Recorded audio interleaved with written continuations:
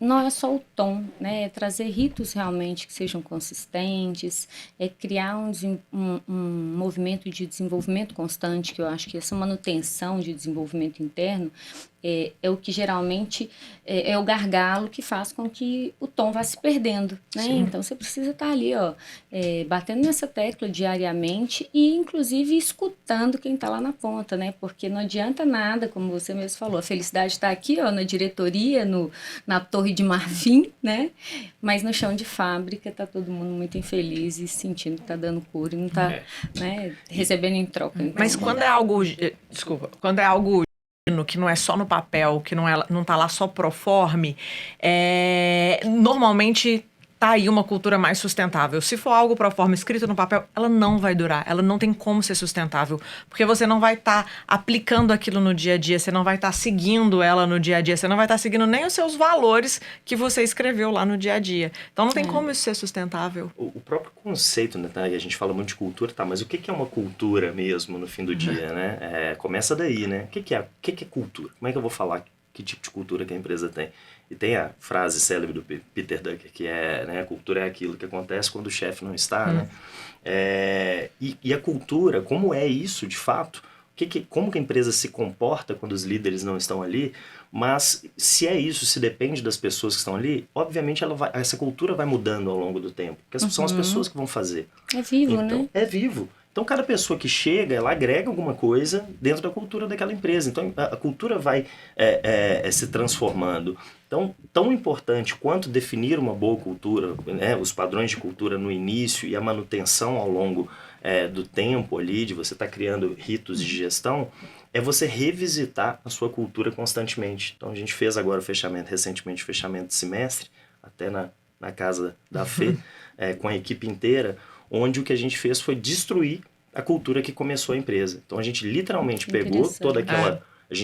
Os sócios listaram o que eram os princípios de cultura nosso, destruímos aquilo e falamos com a turma. Levamos, inclusive, quadros, telas em branco, pegamos spray, tinta e cada um tinha que colocar lá o que é a sua verdade e a gente revisitar e falar: será que aqueles valores que a gente traçou lá atrás são os valores que hoje a gente está buscando? São os valores que hoje estão aqui dentro? A nossa missão, será que mudou o nosso propósito? E muda. Então a gente reconstruiu, a partir de agora, uma nova cultura e os sócios na nossa reunião de conselho ok, esse é o quadro. E a gente literalmente colocou o quadro na parede da empresa todo, pichado ali pela turma, colocando o que acredita. Falei: e agora? Como é que a gente pega esse quadro e transforma isso em ações práticas no dia a dia, para que a gente entregue isso que a turma está querendo e está acreditando que é cultura, né? E que Legal. é exatamente Partiu deles, né? e que é exatamente o trabalho que a gente está fazendo agora. E não é que a cultura anterior, que durou por quase 5 anos, era ruim. Ela foi ótima pelos primeiros 5 anos. Ela só não estava representando mais a gente e a turma que a gente tem lá dentro hoje. Então foi necessário a gente fazer essa mudança e que não foi do dia para a noite. Ela é dolorosa quando você percebe que aquilo não te representa mais. Inclusive pra gente que tá desde o início do dia 1, que criamos com a equipe aquilo. E é doloroso você pensar que aquilo não te representa mais e que você tem que mudar, que você tem que construir aquilo de novo. Existe até um apego emocional. Então foram Certamente. várias reuniões que a gente foi tendo entre os sócios, entre o conselho, para chegar nessa conclusão, aceitar, digerir essa conclusão e, pô, agora bola para frente, vamos criar uma nova cultura então. Mas não é fácil e não é do dia para noite. A gente ainda tá nessa construção, passinho por passinho. Mas te perguntar uma coisa que eu fiquei curioso. Ah. Quais são os gatilhos para você identificar que aquela cultura não te representa mais? Ou quais foram alguns que vocês perceberam, talvez? A gente tem a nossa missão, visão, valores, nossos traços que a gente busca ter no dia a dia, o que a gente valoriza nas pessoas, escrito não para o mercado, mas para a gente. A gente tem isso dentro de casa.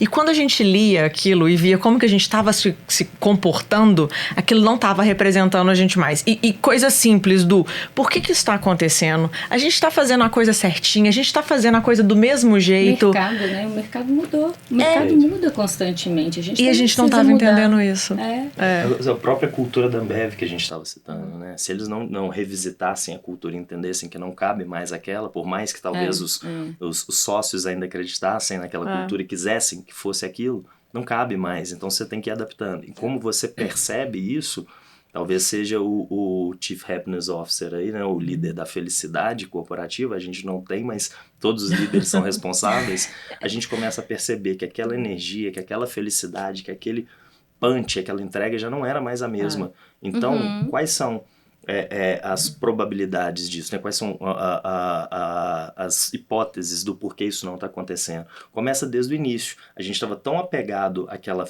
cultura que a gente criou a empresa que a gente continuava buscando pessoas que pensassem ou que agissem daquela forma. Só que não são mais essas pessoas que estão lá dentro o que elas querem lá dentro. Então você muda até seu processo de atração e seleção a partir de um novo desenho de cultura, para que no final do dia a gente consiga entregar uma empresa. Fala, a gente está longe, mas assim, muito longe de ser uma empresa perfeita. E acho que todas estarão sempre.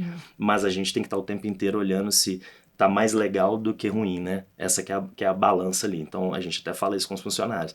Sempre olha pra gente e critique, assim, tem muito defeito. Mas põe na balança. Tem mais coisa ruim do que boa, vamos achar um lugar onde você vai ser mais feliz e performar melhor, né? Eu acho que é uma questão de, às vezes, da pessoa certa no lugar errado, né? Eu acho até generoso a gente pensar que tem profissionais que às vezes não estão dando certo, mas que poderão ser felizes.